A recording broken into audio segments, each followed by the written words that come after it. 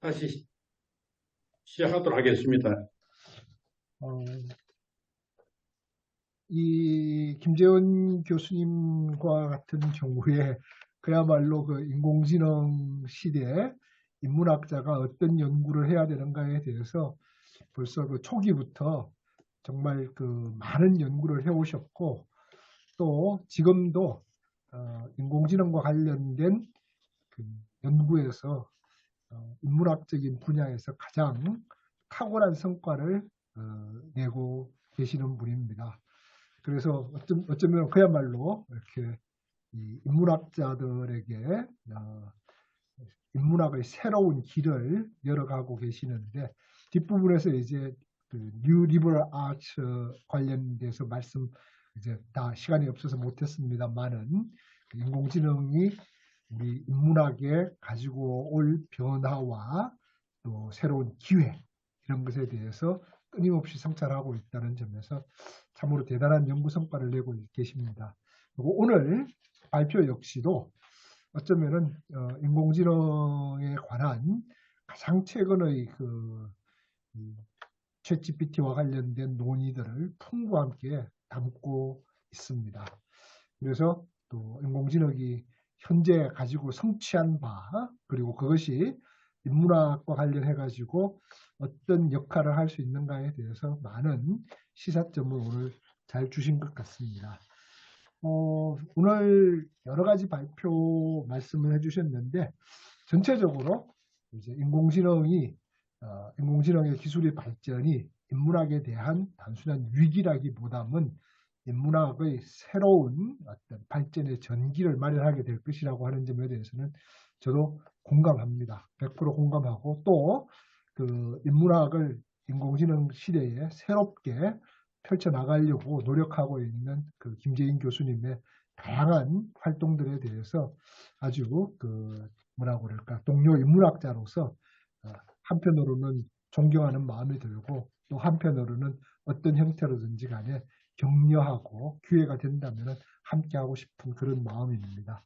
그런 점에서 김 교수님의 발표에 대해 가지고 뭐라고 그럴까, 저는 어떻게 보면은 표현을 이렇게 하면 어떨지 모르겠는데요. 동업자의 마음으로서 몇 말씀을 올리도록 하겠습니다. 앞부분에서 인공지능이 성취한 역량들, 굉장한 기술적 역량들, 이런 부분들을 잘 보여주셨는데, 인공지능이 할 수 있는 다양한 역량들을 보여주시면서 또 한편으로는 인간의 역량과 관련된 부분들에 대해서 비교하는 말씀들을 꽤 많이 하신 것 같습니다. 그런데 인간의 역량이라고 하는 것과 인공지능의 역량이라고 하는 것을 비교하는 자체가 어찌 보면은 그렇게 바람직한 접근 방식인가에 대해서 조금 고민할 필요가 있다고 생각합니다. 제가 이 경남대학교에 근무하면서 교양교육연구소 소장을 맡고 있습니다. 그래서 경남대학교 학생들에게 무엇을 교육해야 될 것인가, 그러니까 우리 이제 대학교에서 학생들에게 무엇을 교육해야 할 것인가, 여기에서 많은 분들이 핵심 역량 강화 교육을 얘기를 합니다. 그래서 어떻게 보면 이 첨단 기술 시대에 살아남는 기술적 역량을 길러서 다양한 외국어 소통 역량, 기술적 역량. 근데 저는 좀 많이 그 부분에 대해서 조금 다른 생각을 가지고 있습니다. 그러니까 역량이 기본적으로 갖추어져야 하기도 하겠지만은, 인간의 보편적인 역량뿐만이 아니라 인문학자라고 한다면은 오히려 각 개인이 가지고 있는 고유성, 개성, 퍼스널리티, 인디비주얼리티, 그래서 너네들이 한 인간으로서의 공통된 측면, 인간으로서의 보편적인 측면뿐만이 아니라 한 인간으로서의 고유한 유니크니스를 추구하도록 오히려 얘기를 해줘야 될 것 같다. 인공지능 담론에서 이렇게 많이 빠져나가고 있는 것 중에 하나가 이 개인의 개별성과 존엄성을 어떤 식으로 존중해 줄 것인가. 인공지능의 어떤 여러 가지 기술들은 결국은 어떤 의미에서든지 간에 보편주의에 기반하고 있습니다. 이런 보편주의가 확산되면 이것은 다른 형태로 인간의 개별성에 대한 존중이 시야에서 사라지기가 쉽습니다. 그리고 인간의 개별성에 대한 존중이 사라지게 된다면은 역량 강화로 하게 된다면은 어찌 보면 그 인간의 존엄성이라는 이름 속에서 예를 들면 인간의 수단화, 도구화 이런 것들이 굉장히 우려됩니다. 특히 인간의 역량 중심 이야기들을 할 때마다 저는 김 교수님이 발표 앞부분에서 이렇게 다양한 언어 모델들이 중요하다 하는 말씀을 하셔가지고 굉장히 반가웠습니다. 그래서 언어 모델들에서도 여러 가지 언어 모델들, 우리가 챗GPT, 바드 여러 가지가 있지 않습니까? 그래서 각각이 가지고 있는 고유성들을 어떻게 살려줄 것인가, 그 문화마다의 특성을 어떻게 반영해 줄 것인가에 대해서 김 교수님이 아마 분명히 무슨 의견을 가지고 계실 텐데 오늘 다른 그 챗GPT 일반에 대한 설명 때문에 그 부분을 넘어가신 것 같습니다. 그래서 인공지능 시대, 문화의 고유성, 개인의 개체성 이와 같은 문제에 대해서 김 교수님께서 조금 더 보완 말씀을 해주시면 좋겠습니다. 그와 관련해 가지고요. 혹시 지금 제가 화면 공유를 할 수 있을까요? 화면 공유를 비활성화 시켜 놓으셨네요. 그러면은 그 마지막에 이 말씀하고 같이 연장선상에 있는데 그 김재인 교수님께서도 소개하신 것처럼 그 러셀하고 노빅이 인공지능 책을 발표하면서 인공지능 기술 모델을 크게 그 4가지로 얘기를 합니다. 다시 한번요. 여전히 비활성화되어 있군요. 그것은 하나는 그 추론 기능으로서의 인공지능, 또 하나는 행위 기능으로서의 행위로서의 인공지능. 그러니까 행동하는 것과 추론하는 것, 이 2가지를 얘기를 하는 것이죠. 그리고 또 한 가지는 재미난 게 얼마나 합리적인 인공지능을 만들 것인가. 또 하나는 얼마나 인간적인 인공지능을 만들 것인가. 즉 인간에 닮은, 우리가 일반적으로 생각하는 것은 인간은 합리적 존재다 이렇게 생각을 했는데 이 러셀이나 노빅 이 사람들이 생각했던 것은 합리적이라고 하는 것과 인간의 행동이 일치하지 않을 수 있다는 이 가능성들을 처음부터 염두에 뒀거든요. 그러니까 우리의 행동들이 그렇게 합리적이지 않거든요. 사실은 물론 합리적인 부분도 있습니다만 이렇게 본다면 인공지능이 정말 어떤 가장 레셔널하게 움직이는 인공지능을 추구할 것인가. 그 다음에 또 한 가지 인공지능이 인간의 보통 예를 들면 누구든지 실수도 하고 이렇지 않습니까? 또 어이없는 행동들을 하기도 하고 하는데 이런 인공지능하고의 연관성을 조금 더 말씀을 해주셨으면 좋겠다 하는 말씀을 드리고요. 그 다음에 같은 맥락입니다만은 우리가 공학자들의 언어와 인문학자들의 언어 간에 괴리가 굉장히 있습니다. 제가 생각할 때요. 그래서 가령 표현을 이렇게 해보겠습니다. 우리는 이제 인간은 동물이라고 얘기할 때 동물 안에서 인간과 같은 동물들이 있지만은 팔이라든지 정말로 미미한 수준도 있죠. 그러니까 우리는 그런 아주 미미한 수준에 있는 존재들도 동물이라고 얘기를 하죠. 그러면 바꿔 얘기하면 인공지능이 일반 인공지능으로서의 가능성이 있다고 하는 것과 이놈들이 정말로 인간에 가까운 어떤 일들을 할 것인가, 이거는 좀 다른 문제인 것 같습니다. 그러니까 아주 기술자들이 사용할 때 인간이 어떤 가지고 있는 요소들, 일반적인 것들, 즉 2가지 이상의 기능을 수행하는 인공지능이 발생하게 된다면 일반 인공지능이라고 얘기를 할 수 있을 것 같아요. 근데 2가지 이상의 기능을 발휘했다고 해가지고 우리가 생각하는 인간에 가까운 인공지능이 등장할 것이다. 이런 건 아닌 것 같습니다. 그죠? 그래서 이 부분에 대해 이건 제 견해이고 김재인 교수님 말씀을 조금 더 추가로 이 부분에 대한 의견을 듣고 싶고요. 그래서 아마 이런 그 부분들을 이해를 한다고 하면은 우리가 인공지능에 대한 공연한 공포심이라 그럴까 두려움 이런 것들을 조금은 완화시키지 않을까. 저는 조금 더 이제 말씀을 드리자면 인공지능은 아직 그야말로 그런말 단계라기보다는 그냥 하나의 엑셀 중에서도 굉장히 괜찮은 엑셀 정도다. 뭐 이거 검색 아까 김재인 교수님이 잘 말씀하신 것처럼 챗GPT가 처음 나왔을 때는 인공지능의 패러다임을 검색에서 이제 생성으로 바꾼다 이렇게 얘기를 했는데 이제 조금 지나면서 이 생성형 인공지능에 대한 기대치들이 전반적으로 굉장히 약화되고 있는 것 같습니다. 그 약화되고 있는 것에 대해 김재인 교수님께서 잘 지적해 주셨고요. 그럼에도 불구하고 인공지능이 마치 인간을 대체할 수 있을 것이라든지 하는 데 대한 우려가 특히 인문학자들의 우려가 기술학자들의 우려는 상대적으로 좀 적은 것 같고요. 제가 볼 때.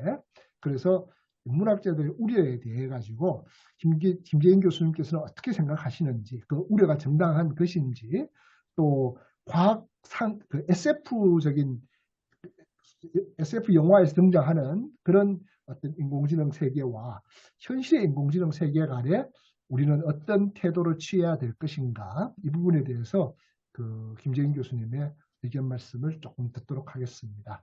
아이고, 훌륭한 발표를 해주셨는데 두서없는 말씀을 올려서 죄송합니다. 네, 여기까지 일단 말씀 올리겠습니다. 네. 그게 한 3가지에서 4가지 정도 말씀을 주신 것 같아요. 첫 번째로 이제 인간의 공통 역량, 핵심 공통 역량 이런 부분을 제가 이야기한 거 하고 그다음에 개인의 그 개체성과 고유성, 개성 그리고 문화의 고유성 이런 것들이 사실은 인공지능의 경우에는 이제 보편주의가 작동하기 때문에 이런 것들이 위협받을 수 있다. 어떻게 해야 할까? 뭐 그런 거에 대한 문제를 지적해 주신 거라고 이해를 했습니다. 사실 정확한 지적이시고요. 그리고 말씀처럼 제가 공통 역량에 해당하는 부분을 강조하는 것과 개인의 고유성을 살리거나 또 문화의 어떤 고유성 이런 것들을 살리는 그 문제가 조금 이게 결이 다른 이제 문제다 그렇게 생각을 하고 싶습니다. 제가 개인의 고유성이나 문화의 고유성 부분은 오늘 그렇게 많이 다루진 못한 것 같고요. 다만 말씀처럼 초기에 이제 자국어 모델을 갖는 게 어떤 의미가 있을까 그런 걸 말씀드리면서 조금 이야기를 했던 것 같습니다.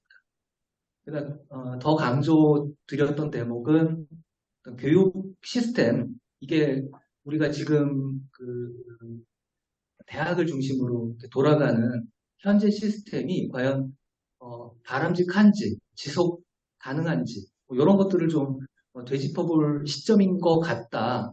뭐 인공지능이 준 충격이 상당히 큰 건 또 사실이고요. 하지만 그뿐 아니라 얼마 전에 지금 뭐 잠깐 종식됐다고 얘기되는 그런 글로벌 팬데믹 이런 상황도 있었고 이 작년 재작년 말인가요?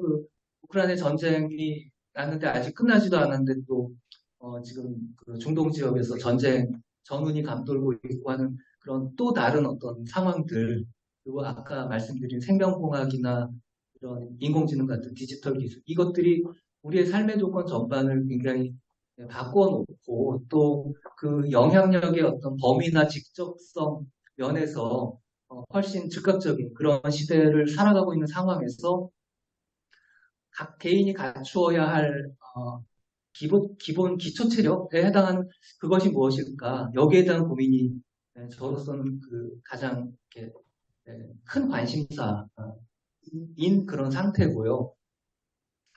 저는 그런 다양한 역량 기초 역량들을 한마디로 이제 확장된 문해력이라고 부른 그 역량을 갖출 때 비로소 개인의 존엄, 개인의 고유함 이런 것들이 더 살아날 수 있지 않을까 그런 생각을 좀 해보게 됩니다. 제가 얼마 전에 그 일본의 저명한 생물학자 책을 읽으면서 굉장히 이 정말 밑줄을 10번이라도 쳐야겠다 싶은 대목이 있었는데 왜 공부를 하느냐 예, 많이 알려고 뭐 그런 게 아니라는 거예요. 그 분의 얘기는 남들의 생각에 휘둘리지 않고 자기 인생의 판단을 내가 하기 위해서라고 이야기를 하더라고요. 즉 전통적인 용어로 하자면 노예로 살지 않기 위해서, 즉 자유인이 되기 위해서 공부를 한다.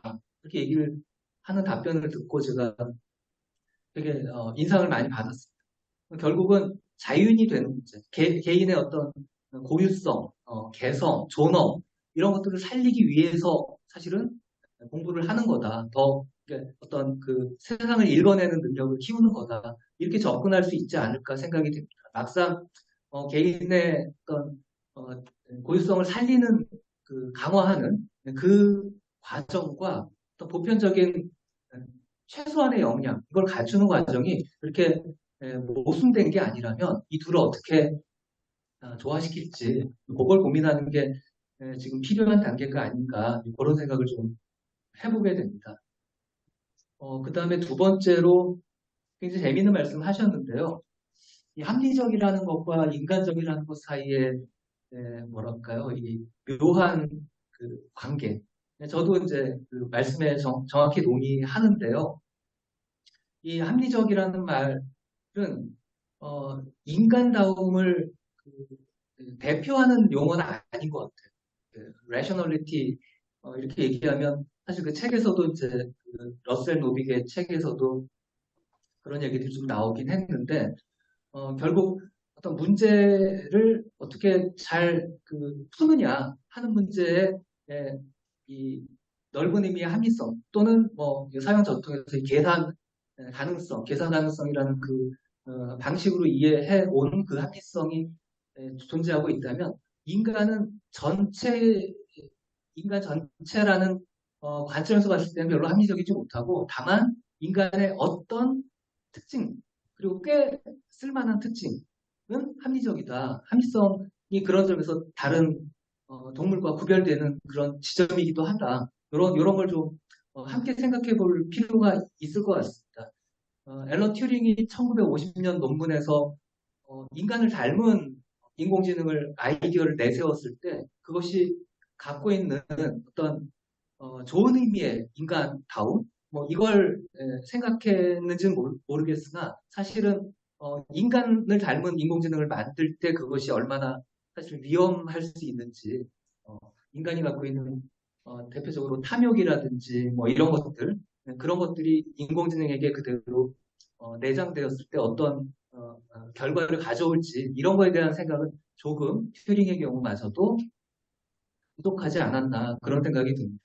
그래서 그런 점에서는 아직 인공 일반지능이 등장하지 않고 한마디로 이게 좁은 내로한 그 인공지능이 개발되고 있다라는 점이 어쩌면 다행인 그런 상황이 아닌가 하는 생각이 듭니다. 이어서 마지막에 얘기하신 이제 SF적인 상상이라는 게 사실은 튜링적인 발상에서 이제 이어진 거죠. 많이 알고 있지만 어빙굿이라는 그 브래틀리 파크에서 애니그마 암호를 풀기 위해서 함께 일했던 수학자 동료가 튜링의 동료가 처음 제기한 게 울트라 인텔리전트 머신이었죠. 초지능 기계라는 발상을 처음 아이디어를 내놓고 60년대였습니다. 그리고 영화 감독 스탠리 큐브릭이 그 자문을 받아서 할이라는 그 인간다운 그런 인공지능을 영화로 이제 2001년 스페이스 오디세이에서 구현하고 하는 게 저는 그 같은 맥락에 놓여 있는 대목이 아닌가 그런 생각을 좀 합니다. 그리고 흥미롭게도 그런 발상은 사실 인문학자들에게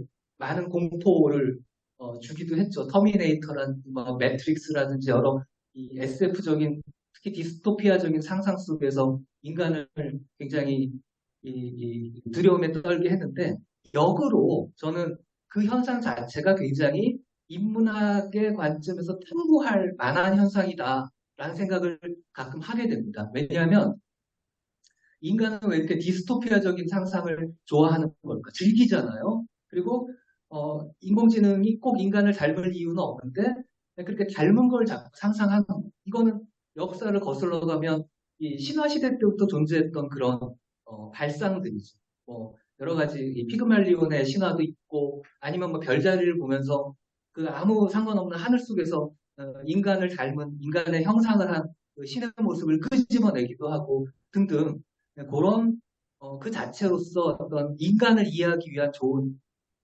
통로가 될 수 있는 게 아닌가 그런 생각을 많이 하게 됩니다. 물론 인공지능에 대한 과학기술적인 이해와는 좀 거리가 있겠지만 인간이 그만큼 아까 말씀하신 그런 비합리적인 특성을 갖고 있는 그런 존재라는 점을 확인하는 계기가 아닌가 싶고요. 마지막으로 그 인공 일반지능의 가능성 이 문제를 저는 그 메타의 수석과학자 얀 루콘이 하는 얘기를 제일 그 동감하는 편인데요. 이분이 어떤 얘기를 하냐면 일반지능을 갖는다는 것과 도미네이션, 이 지배를 한다는 것은 별개의 문제다라고 이야기를 합니다.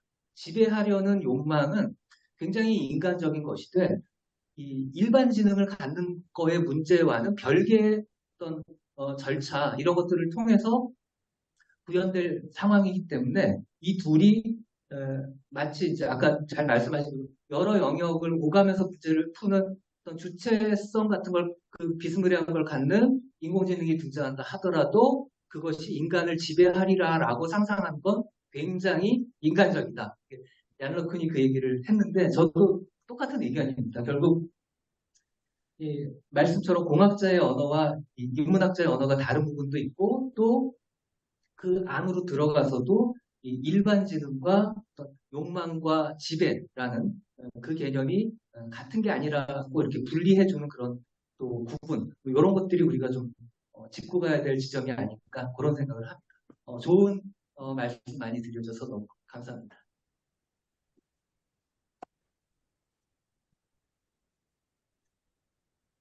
네, 감사합니다. 좋은 토론 또 답변이 있었습니다. 이제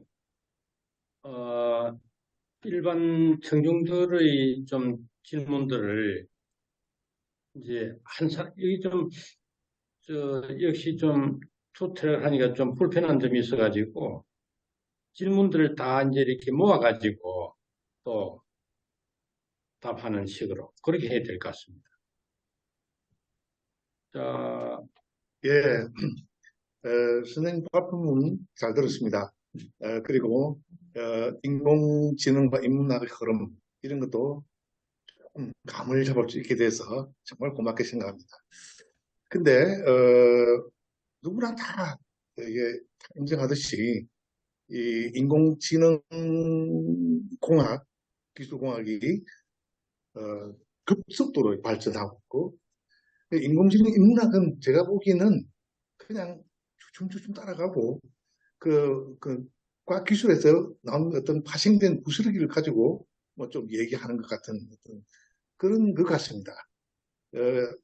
이 세상은 뭐 과학기술의 매료만 되고 또 아까 발표하신 선생님 말씀 드렸다시피 가속 페달 계속 밟고 브레이크도 운전대도 없다고 그렇게 아주 적절하게 표현하신 건데 그런 분위기에서 과연 인문학의 위치는 어디고 인문학도가 이런저런 얘기를 할 때 들어줄 사람이 누가 있는가 저는 거기에 대한 안타까움을 늘 안고 이렇게 살아보고 있는데 챗 GPT가 주었던 충격 고점에 왔다고 하시는데 제가 보기에는 계속 과학기술에 맹신하고 계속 달려가는 것 같습니다. 달려가고 예를 들면 지난번에 황우수 교수님이 미아줄기 세포 정식 성공해서 하는데 이제 가짜로 드러났지만은 그러나 미국이나 영국이나 이 그런 국가들은 한국에 손가락질 하면서 그 비인간적이라고 하면서 하지 마라 하는데 자기들은 하고 있거든요. 근데 이런 것이 이게 굉장히 그걸 만약에 예를 들어 성공하면 엄청난 돈을 벌기 때문에 과학기술 숭배하고 그런 애들 다 하고 있다 이거죠. 그래서 이런 분위기가 계속되는데 인공지능 공학과 인공지능 인문학의 이 관계가 좀 건전하게 뭐 정립될 수 있는가? 그에 대해서 저는 굉장히 물어보고 싶습니다. 우리 김재인 교수님은 번역서를 통해서도 많이 또 천개의 고운인가요? 접하게 되고, 참, 이렇게, 첨단 과학 기술 분야하고 이렇게 문학을 연결시켜서 정말 오랫동안 천착하시고 또 독특한 창의적인 그런 통찰력, 이런 것이 이제 들어가 있는 귀한 발표 통해서 많이 배웠는데요.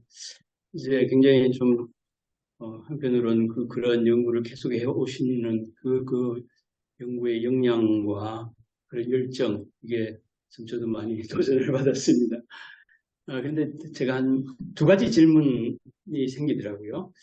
선생님이 이제 이 생성 인공지능의 열풍과 인문학의 미래라는 이런 아주 시적절한 또 우리에게 필요한 주제를 내거시고 좀 발표를 해주셨는데, 계속 이제 뭐 짧은 시간에 선생님의 그 생각을 다 이제 전달할 수 없는 한계가 있겠지만, 결국은 이제 인간다움과 또 인간의 고유함을 새롭게 이제 주해야 된다고 하는 그런 메시지 하면서 이제 확장된 인문학, 뉴 리버럴 아츠 그런 말씀하시는데 그 개념이 도대체 뭘 의미하는지 제가 좀 애매하고 모호한 생각이 굉장히 좀 선언적으로 들리긴 하지만 확장된 인문학, 확장됐다.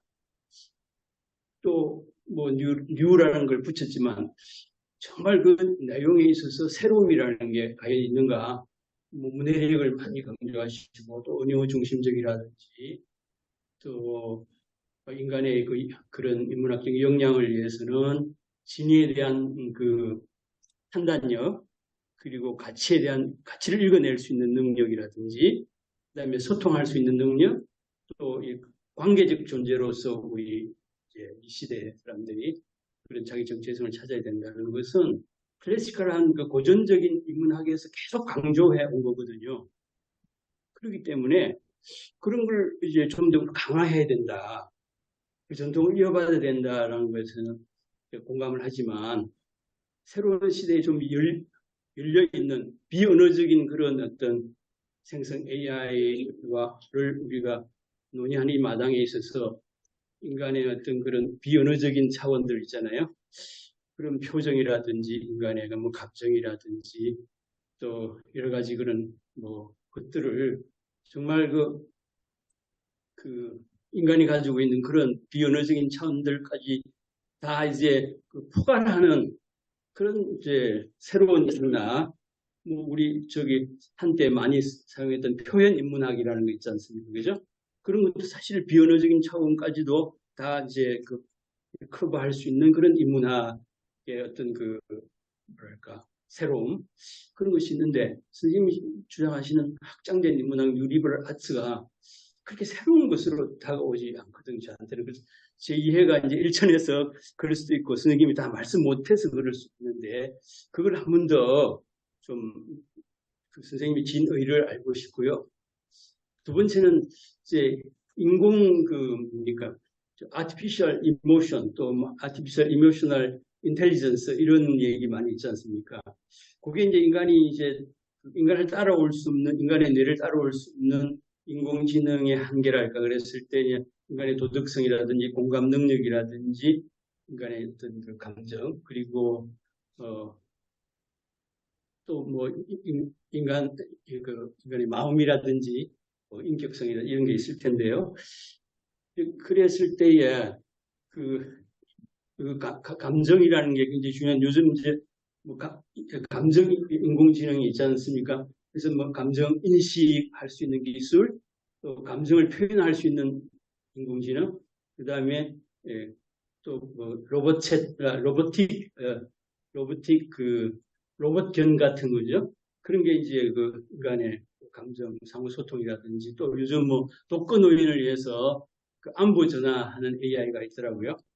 그걸 통해서 뭐 우리 허라는 영화를 통해서도 좀 뭐 그런 교감하는 걸 보긴 했지만은 그런 측면에서 그 이제 인간의 감정의 차원까지 상당히 많이 이제 인공지능이 이제 커버하는 그런 시대가 왔는데 선생님 볼 때 그 인공 감정의 그 완성도랄까 앞으로의 어떤 전망, 뭐 한계라든지 그런 거에 대해서 좀 말씀해 주시면 오늘 그 선생님 이 주제를 좀 더 이제 보완하는데 도움이 되지 않고 제 이해하는데 좀 도움을 얻을 수 있어서 이 두 가지 질문을 드립니다. 감사합니다. 안녕하십니까.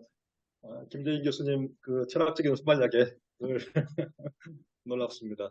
오늘 또 얘기 잘 들었고요. 거의 다 받아들일 수 있는 부분인데 저는 이제 교수님의 어떤 이제 그 말씀의 바탕을 두고서 그럴까요? 바탕을 두고서 앞으로 이제 우리 인류 문명이라 또 정말로 인간들의 삶에 이러한 인공지능이 어떠한 영향이라든지 또 위기를 가져올까 하는 부분들을 조금 여쭤보고 싶거든요.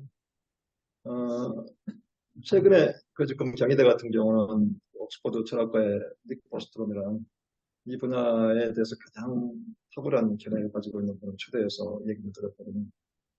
우리가 무슨 뭐 기후변화라든지 핵이라든지 그런 부분도 대단히 우리 인류 위기를 조금 더 빨리 조금 끌어올 거라고 하는데 그 중에 하나가 지금 인공지능이라고 하거든요. 뭐 지금 아시는 것처럼 구글하고 마이크로소프트 사이에 아주 어마어마한 경쟁이 있지 않습니까? 가장 모든 걸 다 걸고 하는 경쟁이라고 생각하는데 그렇게 본다면은 앞으로 5년이나 10년이 있어서 뭐 AGI 아마 일반 인공지능이 나올 것인 거고 그 다음에 보스트롬이 말하고 있는 ASI 슈퍼 인텔리전스가 이제 아마 조만간 우리 세대에 나오리라고 생각이 되거든요. 아까 그 정 교수님이 그렇게 접근하시면서 인공지능이 결국은 추론이나 행위나 합리성이나 인간적인 인공지능 사실 이것은 인간이 생각하는 사유 기능의 모든 부분을 포괄하고 있지 않습니까? 사실은 이렇게 이제 인간이 할 수 있는 부분들이 이제 다 할 수 있는 것인데 아까 그 김재인 교수님께서 그 공동 기억을 말씀하셨지 않습니까? 제가 알고 있는 그 유명한 그 일본의 언로 교수께서 어떤 젊은 부인하고 같이 이제 결혼하셨는데 그 언로 교수님은 이제 기억력이 많이 조금 이제 떨어졌더라고요. 그 젊은 이제 어떤 그 부인께서 이렇게 이제 기억력을 원래 제자였던 분이에요. 두 분이 이렇게 이제 같이 어떤 회의에 참석하시니까 엄청난 생산력을 발휘하더라고요. 그러니까 인간 두 사람이 이렇게 어떤 공동 기억만 했다고 그러는데 사실 인공지능이라는 것은 하버드라든지 뭐 지금 전 세계 모든 영어로 되어 있는 데이터를 다 지금 끌어올 수 있는 역량이 되지 않습니까? 근데 지금 이제 인공지능과 현재 상황에서 어떤 인간 사이에 아까 매개별수 말씀하셨는데 지금 인공지능의 지금 수준에서는 한 1조 개를 이용할 수 있어요. 만약에 지금 이제 인간처럼 100조 개 정도 이용한다면은 이게 지금 이제 AGI 시대로 넘어갑니다. 근데 인간은 한 개인이 가지고 있는 데이터는 대단히 제한되어 있습니다. 실제로 지금 우리가 알고 있는 거의 모든 수억 개 데이터의 어떤 텍스트의 어떤 데이터를 끌어모은다면 이 힘은 어마어마한 거죠. 어떤 그 개인도 사실은 감당할 수 없는 시대가 열린다고 봐요. 결국 이제 우리가 인간의 지능에서 기계의 지능으로 넘어갈 수밖에 없는 그런 시대를 살고 있고 한국은 좀 덜합니다만 지금 미국에는 UFO나 UAP 얘기가 나오지 않습니까? 인간의 인공지능은 철저하게 언어라든지 수로 해서 만들어진 거예요. 그럼 수가 여기 정말로 어떤 모든 우주에 사용되는 원리냐? 사실 모든 우주가 공유할 수 있는 원리는 인포메이션, 정보지 않습니까?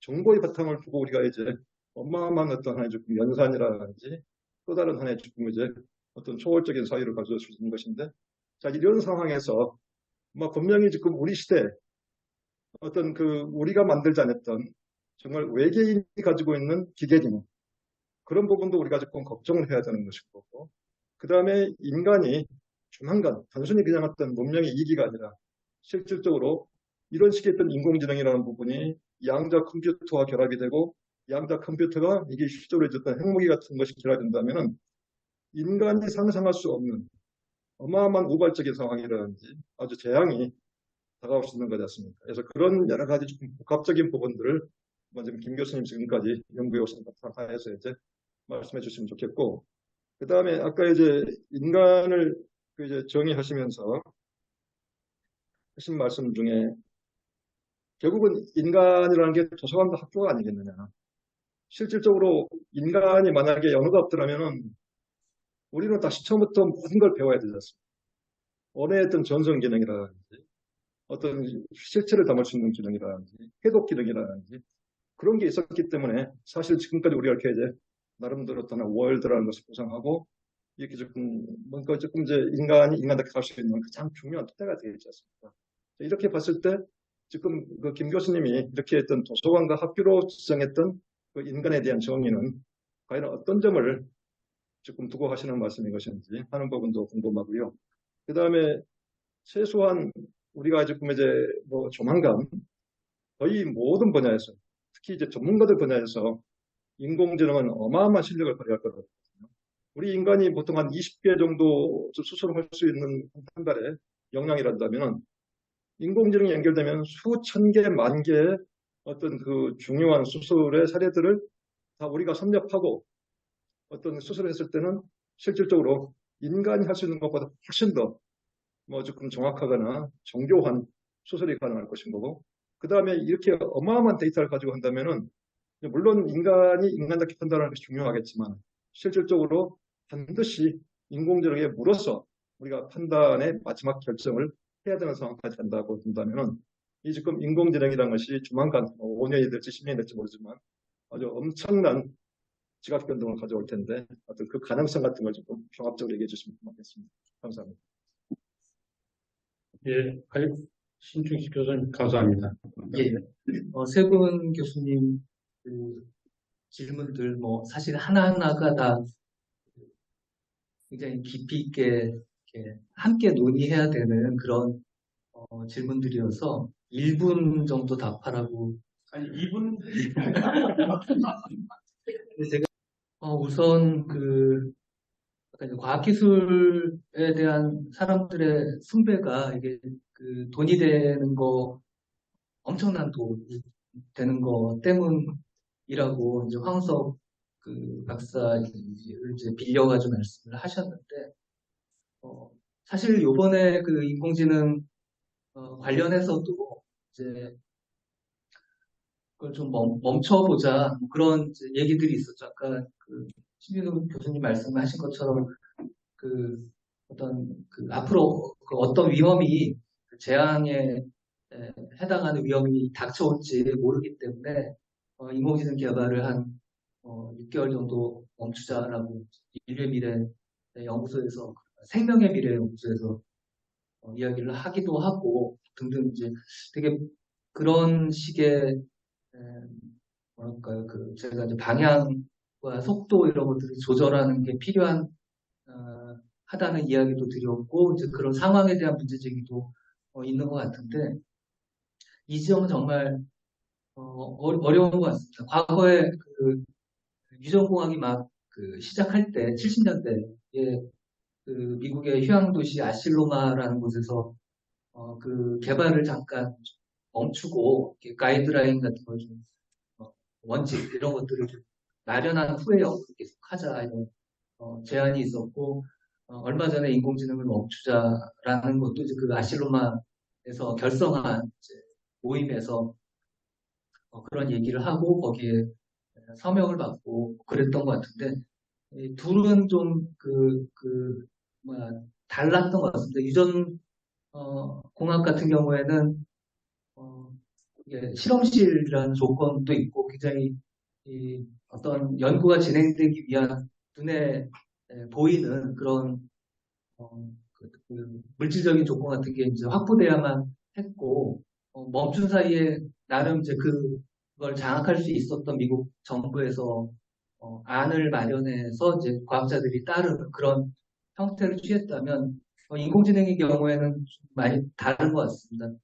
물론 초거대 언어 모델 같은 경우에는 개발할 때 엄청난 비용이 드는 게 분명하고 누가 GPU를 반도체를 얼마나 확보했느냐에 따라 그 성능 차이가 난다고 하기 때문에 GPU의 향방을 보면 이제 누가 개발하고 있구나라는 걸 우리가 추적할 수는 있겠으나 다른 한편 이건 그 굉장히 그 코딩이라든지 뭐 그런 그 고유한 컴퓨터 만의 세계 속에서 구성될 수 있고 짤 수 있는 그런 측면이 분명히 있기 때문에 누가 무슨 짓을 몰래 할 때 알아내기가 쉽지 않다. 뭐 그런 측면이 좀 차이가 나는 것 같습니다. 또 다른 하나는 이게 당장 돈이 되는 걸 알기 때문에 누군가가 그 개발을 중단할 동기가 전혀 없는 거죠. 그 실험실 상황이랑 실험실 누가 그 미국 정부가 폐쇄하면 거기 실험을 더 못하기 때문에 그걸 멈출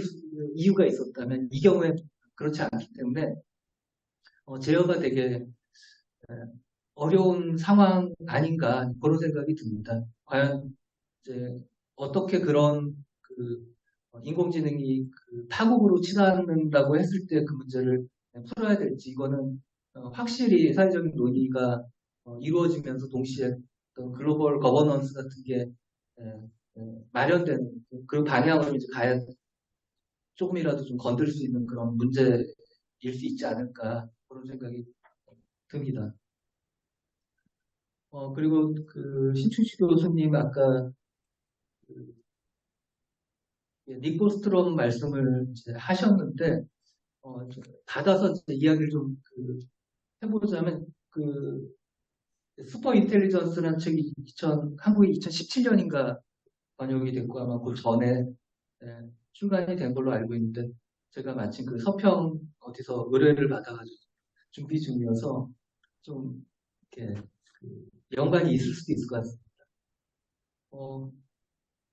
제가 볼 때 그 닉 보스트롬의 책에 언급되는 그 초지능 그리고 그 전 단계 일반지능 그 아이디어는 그 전에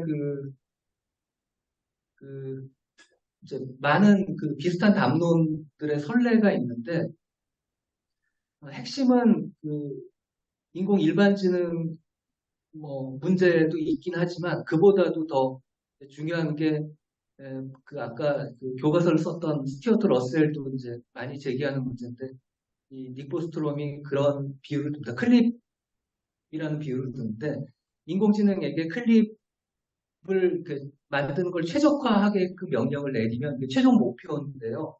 그 목표를 수행하기 위해서 그 중간 단계를 자기가 조정할 수 있는 걸 이제 얼라인먼트라고 합니다. 이런 기능을 이제 다시 말해 하위 목표를 설정하는 그런 기능을 이제 맡기게 되면 얘가 예를 들면 그 우주의 모든 관련된 물질들이 다 바꿔가지고 이 종이 클립 그걸로 이제 만드는 그런 작업을 할 것이고 그 와중에 이제 인간이라든지 불필요한 것들이 제거되는 방향으로 가서 우리에게 재앙과 파국이 올 것이다. 이런 이제 문제를 많이 언급을 합니다. 아까 제가 교과서에서 그 수행 기준이 바깥에 있다고 말씀을 드렸었는데 수행 기준이 이 바깥에 있는 건 맞지만, 그러니까 최종 목표, 그걸 인간이 부여하는 건 맞지만 그 하위 목표들을 어떻게 정렬하고 조율하느냐 하는 문제가 큰 문제를 낳을 수 있기 때문에 그런 방향의 이제 위협이 가장 크다. 닉 보스트롬도 좀 얘기를 하고 맥스 태그마크나 많은 분들이 이제 얘기하는 방식이라고 생각을 합니다. 근데 공학자들은 거기에 대해서 이렇게 답하는 것 같아요. 그러니까 그 하위 목표 이런 것들을 설정하면서 전체를 정렬하는 일까지가 컴퓨터 과학자들의 몫이다. 그러니까 큰 목표를 주고 작은 목표들을 인공지능에게 맡기는 행위 자체가 별로 공학적이고 윤리적이고 그러하지 못하다. 그러니까 거기까지 책임질 자세로 가야 한다 이렇게 얘기를 합니다. 다행인 건 얘가 되게 비싼 기계이기 때문에 함부로 이걸 쓸 수는 없고 그 과정에서 중간에 일종의 그 사회적 영향평가라든지 기술적 영향평가 이런 것들을 좀 개입시키게 되면 방향을 좀 잡아가는데 보탬이 되지 않을까 그런 생각이 들면서 그런 방식으로 제어하는 게 좀 가능하지 않을까 그 생각을 좀 해보게 됩니다. 그리고 이렇게 왔다 갔다 하다 보니까 한 가지, 예, 한 가지 그만 더 말씀드리면 인공 감정 이런 문제 굉장히 많이 연구되는 것 같아요. 이모셔널 또는 어펙티브 컴퓨팅 뭐 이런 형태로 연구가 되는데 흥미로운 거는 이게 이제 다른 주제들하고도 인간과 관련된 주제들 하고 마찬가지인데 사실은 우리가 인간이 갖고 있는 그런 기본적인 특성들을 잘 모른다라는 게 되게 뭐라 그러죠? 난점인 것 같아요. 그러니까 인공 감정, 아티피셜 뭐 이모션 그러면 이모션이 뭐냐 이거를 우리가 먼저 알고 그걸 뭐 식별하든 구현하든 뭐 이런 게 진행될 수 있을 텐데 지금 감정 연구하는 제가 이제 이 부분은 제가 연구한 건 아니고 이제 연구자한테 발표를 들었는데 감정이 뭔지를 아는 거를 지금 거의 뭐 포기한 상태라고 하더라고요. 특히 그러니까 워낙 그게 이제 분류라든지 뭐 식별이 어렵기 때문에 뿐만 아니라 감정을 인공지능이 인식한다라고 할 때 가령 표정을 보고 많이 인식을 하는데 많이 유행했던 그 그림이 있어요. 뭐냐면 왜 뭐죠 컬링 있죠 컬링 그 동계올림픽 그 금메달을 딴 그 김씨들의 그 컬링 중에 영미 그 표정을 이렇게 쭉한 한 2, 30장 이렇게 늘어놓고 어떤 건 뭐 기쁨, 어떤 건 분노, 어떤 건 뭐 어쩌고저쩌고 했는데 표정이 다 똑같아요. 그러니까 이 보통 우리가 감정 분류한다고 했을 때 그 표정의 어떤 특성들이 그렇게 보편적이고 평균적으로 다 드러나지 않는다라는 게 이제 이 심리학 뭐 이런 거 하는 분들의 연구 결과라면 그게 이제 인공화 되거나 그렇게 해석되거나 표현되거나 등등은 훨씬 어려운 문제다. 그렇게 말씀드릴 수 있겠고 다만 여기서도 이제 제가 흥미롭게 느끼는 지점은 인간이 어떤 대상에게 자기 자신을 투영하는 형태 이거는 굉장히 인간이 자주 하는 어떤 행동 방식이다라는 점은 분명한 것 같아요. 그 무인도에 공 하나, 배구공 하나 들고 걔하고 뭐 온갖 우정을 나눴던 그 영화 뭐 그런 것들도 이제 대표적이 되겠고요. 아까 잠깐 말씀드린 별을 보면서 거기서 온갖 사람들과 관련된 이야기들을 끄집어내는 것도 있고, 그러니까 우리가 이제 조심해야 될 거는 대상에게 어떤 속성이 있어서 우리가 그걸 인지하는 것도 있겠지만 동시에 역으로 대상에는 별 속성이 없는데 우리가 그 속성을 대상에 부여함으로써 그 대상이 어떤 속성을 지니고 있다라고 오해하는 방식이 굉장히 인간적이다. 이 과정을 이해하게 되면 사실은 되게 이제 어려워지는 부분은 그게 진짜 인공지능이 한 거냐 인간이 그냥 했다고 믿기 때문에 그렇게 된 거냐 이런 아마 논의들이 더 진행되게 되지 않을까 싶습니다. 다른 좋은 질문들도 많이 주셨는데 워낙 굵직굵직한 질문이라서 제가 디테일하게 다 답변 드리지 못한 점은 죄송합니다. 예, 정영복입니다. 저는 뭐 질문을 드릴 만한 그런 이제 그 기초 지식이 없기 때문에 그냥 코멘트만 한 말씀 드릴까 합니다. 제가 이제 이렇게 인공지능 관련해서 이렇게 듣는 특히 인문사회과학 쪽에서 이렇게 얘기하는 그런 말씀들을 들어 듣는데 저는 솔직히 이런 생각이 듭니다. 우리가 인공지능이 어디까지 어떤 방식으로 갈지를 사실은 잘 모르면서 알 수가 없죠. 이게 어디로 갈지를 모르는 상황은 과학자들도 잘 모를 것 같아요. 그러면서 우리가 이제 짐작을 해서 이렇게 될 가능성이 있지 않을까 이렇게 짐작을 하면서 이제 대비책도 생각을 하고 뭐 걱정도 하고 뭐 희망도 갖고 이제 그러는 거 아닌가 하는 우선 그런 생각을 가지고 있고요. 둘째는 이제 우리 인류 역사를 쭉 보면은 새로운 과학 기술이 나왔을 적에 항상 그것이 이제 인간의 기존의 삶에 대해서 도전으로 나타나는 것 같습니다. 그 당시의 기준에서 새로운 과학 기술이 발견되고 발명이 될 때 항상 하나의 그 챌린지 형식으로 다가오고 그럼 거기에서 어떤 문제들이 나왔고 그러나 그것을 인간은 늘 그것을 이 사회적인 학습을 통해서 극복해 왔고 그래서 저는 오늘 이 주제도 김 교수님 발표도 사실은 우리가 이제 대비하는 차원에서 이제 여러 가지 가능성들을 이렇게 생각을 하시고 이제 준비를 하자 하는 그런 측면에서 좋은 말씀 해주셨다 이렇게 생각합니다. 이걸로 제 그냥 코멘트를 마치겠습니다. 아주 전문적이고 심층적인 김 교수님 발표 잘 들었습니다. 저는 한 두 가지 정도 말씀드리고 싶은데요. 발표하시는 내용 중에 첫 부분인데요. 주로 인터넷에 있는 영어 자료 위주고 챗 GPT가 제공하는 지식 정보가 한국어로 된 정보는 0.015%인가 이렇게 말씀하신 것 같습니다. 그러니까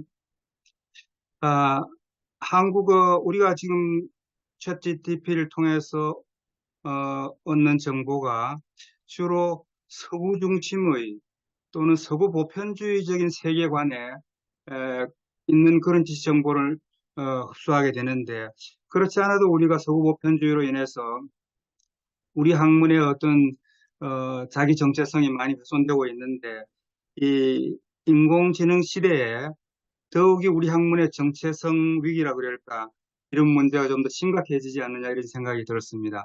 이런 문제에 대해서 선생님 어떻게 생각하시는지 하나 여쭤보고 싶고요. 그 다음 챗 GTP라는 결국은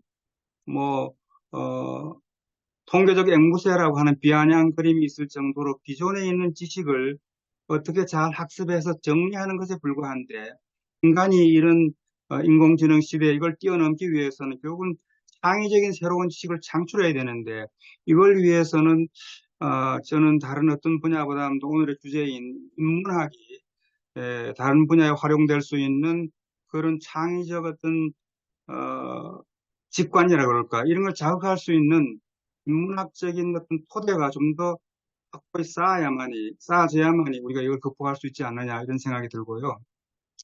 또 하나는 학문 정책적인 면에서 우리가 연구 성과를 평가하는 데 있어서 기존의 어떤 건수 위주의 양적 평가 이거는 지금 챗 GPT를 활용하면 인문사회과학 분야에서 어정쩡한 연구들이 많이 양산될 수 있습니다. 건수 위주로.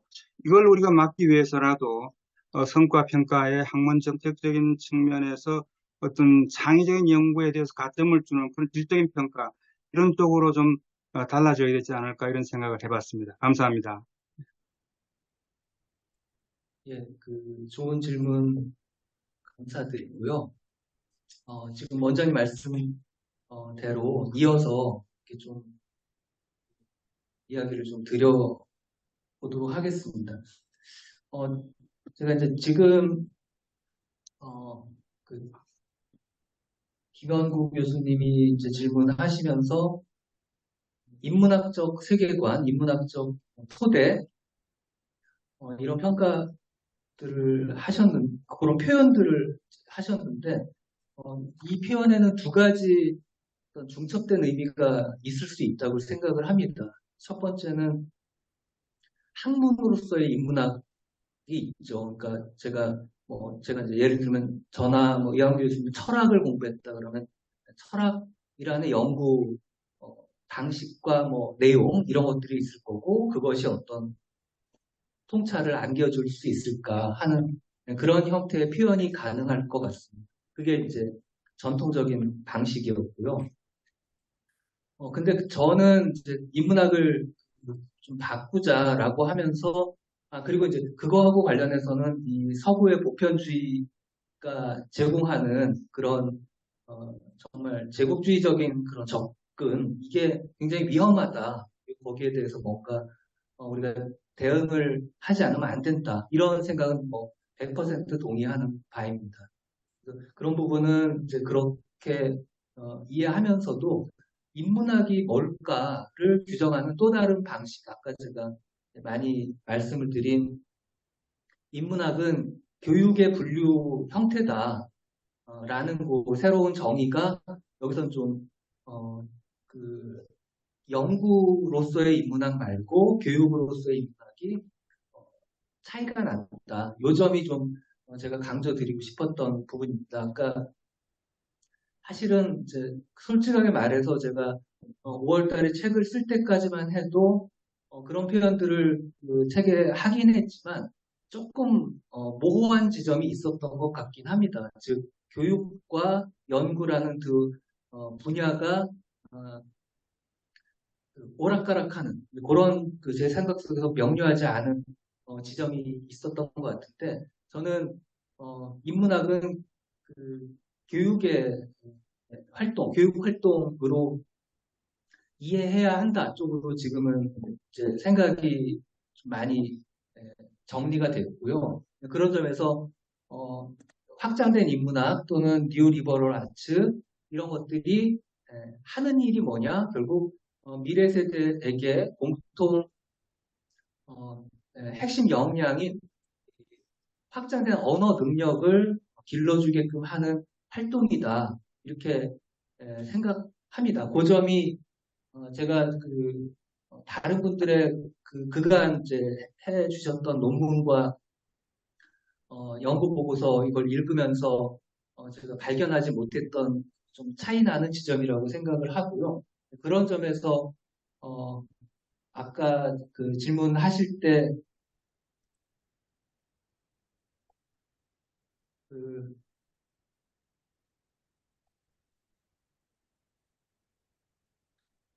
고전적 인문학도 강조한 그런 몇 가지 그 지향 있죠.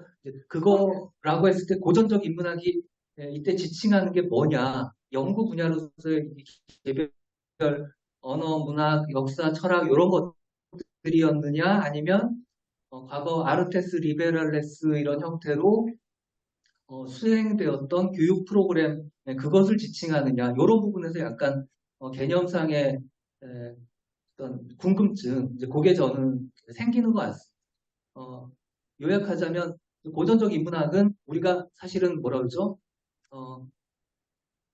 근대 대학 시스템이 만든 대략은 아마 19세기 이후일 거라고 생각합니다. 근대 대학 시스템이 만든 이 교육 국가로서의 뭐 인문대학, 사회과학대학 이런 식의 이제 분류 속에 있는 그 것들이 그 대학은 교육기관이었었습니다. 시간이 지나면서 연구기관으로 대학이 탈바꿈하고 그러면서 교육자와 연구자가 중첩되는 그런 상황이 생겼고 오늘날은 대학을 교육을 중심으로 이해하기보다 연구를 중심으로 이해하는 경향이 강해졌기 때문에 이런 어떤 그 이해에 있어서의 차이가 생겨난 게 아닐까 그런 생각을 좀 해보게 됩니다. 제가 설명을 잘 드렸는지 모르겠는데요. 저는 연구자이자 교육자이기 때문에 제 위치 때문에 그 둘이 서로 다른 활동이라는 걸 많이 놓치고 있었던 것 같습니다. 그 사이. 그 점이 좀 분명해진다면 보탬이 되지 않을까 그런 생각을 좀 해보게 됩니다.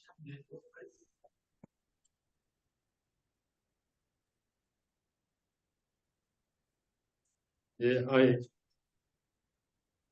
정말 좋은 또 질문 또 답변들 있었습니다. 그 시간도 다 이제 된 것 같고 해서 오늘 그 생성 인공지능의 열풍과 인문학의 미래라는 주제 오늘 세미나는 이것으로 마치도록 하겠습니다.